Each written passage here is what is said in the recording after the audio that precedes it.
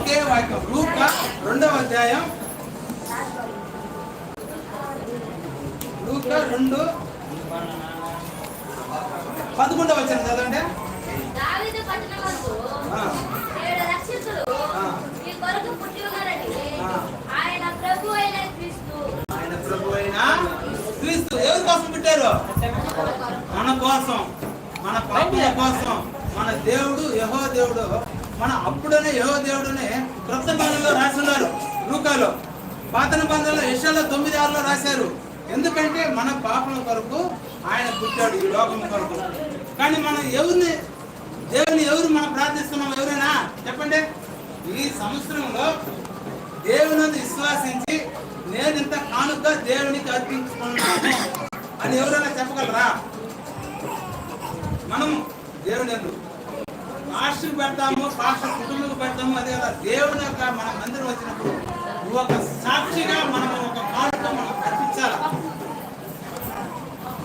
ఎందుకంటే మన కానుక అర్పించినప్పుడు దేవుని యొక్క ఒక వస్తువుగానే నువ్వు డబ్బులు ఈ పనిలో ఒక వస్తువులుగా మనకు కానుక మనం అర్పించాలా.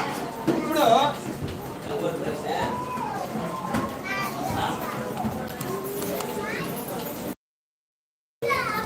లతా తీసిచ్చింది, ఇది లతా తీసిచ్చింది. ఎందుకంటే ఈ యొక్క కానుకలు అర్పించేటప్పుడు మనం ఏదో ఒక బొట్టు పెట్టుకుని ఒక పొయ్యి పెట్టుకున్నాం అంటే మన దేవునికి విరోధంగా చేస్తున్నాం. కాబట్టి ఇది ఒక మనకి ఒక ఇది కానుక అర్పించేదానికి ఒక ఇది.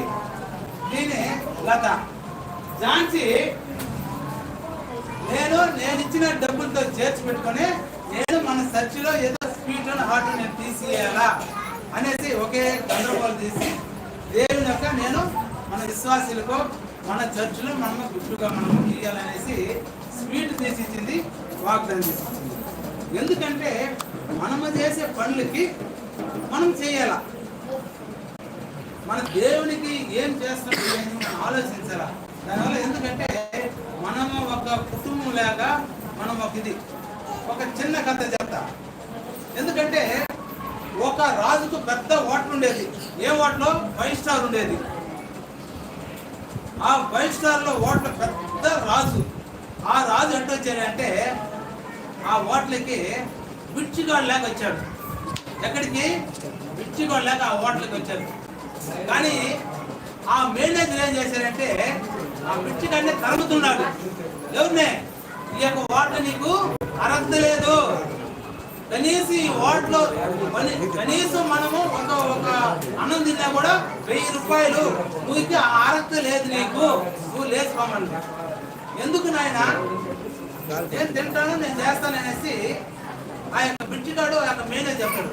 కానీ పక్కన సర్వే చేస్తున్నప్పుడు ఒక లేడీ వచ్చి సర్వే వచ్చి, సార్ ఆయన ఆకలి అంటున్నారు, నేను అన్నం పెట్టాలా అనేసి ఆ లేడీ అతనికి అన్నం పెట్టాడు. అమ్మా నువ్వు పెట్టుకుంటావు అన్నము, కానీ నీ జీతంలో కట్ చేస్తా. ఆయన ఎంత తింటాడో ఆ పిచ్చిగాడు అంత నీకు డబ్బులు కట్ చేస్తాను. ఇంకేం చేసేది ఆమె? ఆడమంచి అయిపోయా, పిచ్చిగాడు అయిపోయా అనేసి సరే మీ ఇష్టం సార్ అనేసి ఆ మేనేజర్ ఒప్పుకోలేదు. ఆ డబ్బులు అప్పటికప్పుడు నేను కట్ చేస్తాను అనేసి.